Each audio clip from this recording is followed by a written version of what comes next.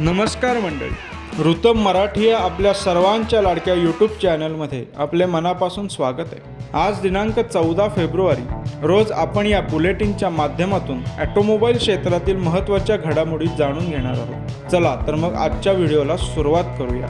भारतीय बाजारात लोकप्रिय असलेल्या टाटा मोटर्सने आपल्या इलेक्ट्रिक वाहनाबाबत एक मोठा निर्णय घेतला आहे। टाटा मोटर्सने आपल्या इलेक्ट्रिक कारच्या किमती 1,20,000 रुपयांनी कमी केल्यात। इलेक्ट्रिक कारच्या निर्मितीमध्ये वापरल्या जाणाऱ्या बॅटरीच्या घटकांच्या किमती घसरल्याने भारतीय कार उत्पादक कंपनीने या किमती कमी करण्याचा निर्णय घेतला आहे। त्यामुळे आता टाटा नेक्सन इलेक्ट्रिक 1.2 लाख रुपयांनी स्वस्त झाली, तसेच टियागो EV 70,000 रुपयांनी स्वस्त झाली आहे। नुकत्याच लॉन्च झालेल्या टाटा पंच इलेक्ट्रिक कारच्या किमतीमध्ये कोणताही बदल करण्यात आलेला नाही। याबद्दलची माहिती कंपनीने सोशल मीडियावर दिली आहे।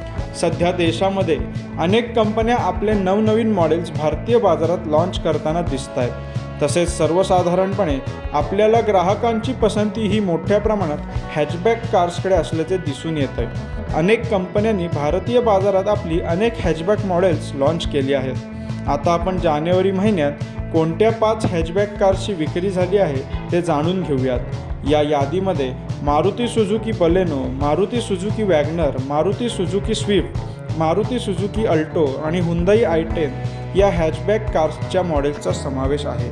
JSW ग्रुपने कटक येथे एकात्मिक इलेक्ट्रिक वाहन आणि बॅटरी उत्पादन प्रकल्प उभारण्यासाठी ओडिशा सरकारसह सामंजस्य करार केला आहे। साधारणतः या प्रकल्पामध्ये JSW ग्रुप 40,000 कोटी रुपयांची गुंतवणूक करणार असल्याची माहिती प्राप्त होत आहे।